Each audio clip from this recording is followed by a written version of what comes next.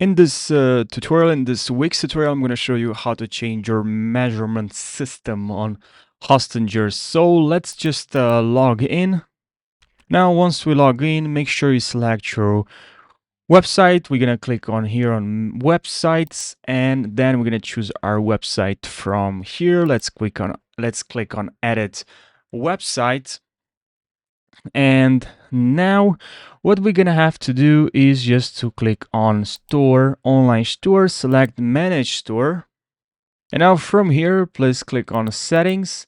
Then here in settings, we have store details. All right, in here you can change measurement system from imperial to metric or from metric to imperial.